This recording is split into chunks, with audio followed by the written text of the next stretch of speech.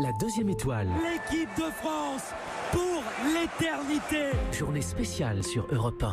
Oh, elle est spéciale, c'est vrai, cette journée sur Europe 1. Ils avaient un rêve, une deuxième étoile. Ils sont champions du monde, ils nous l'ont fait partager.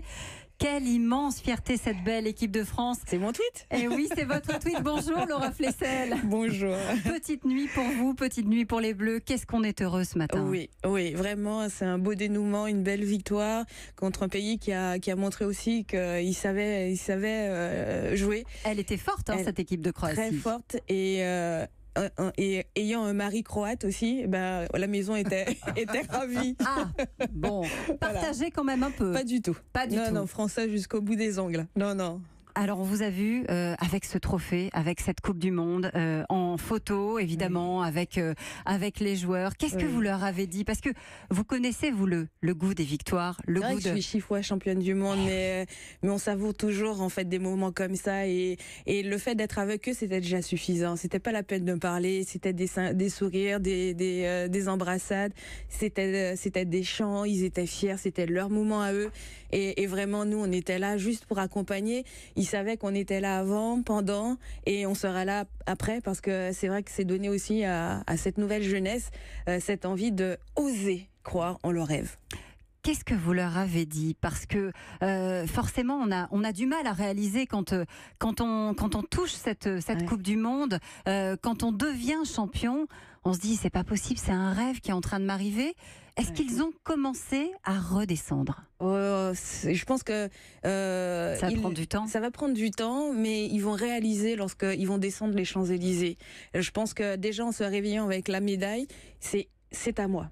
Et la deuxième des choses, ce sont les Champs-Élysées. Là, ils seront en communion avec les Français. Et puis, pour revenir à ce que vous disiez, qu'est-ce que je leur ai dit? Merci. Ouais. Je pense que c'est le seul mot qui permettait de leur faire comprendre qu'on était fiers. Parce qu'ils nous ont donné vous avez vu, c'est la une pratiquement de quasiment toute la presse quotidienne régionale ce matin. Merci. Merci et bravo. Parce que c'est 20 ans de détermination. Mbappé, il a 19 ans, donc il n'a pas vu. Il allait chercher sa médaille. Et pendant les 6 semaines, les garçons, ils n'arrêtaient de dire « nous n'avons rien fait ». Il y avait de l'humilité, il y avait de la solidarité, il y avait de l'empathie les uns pour les autres. Il y avait que de la ferveur.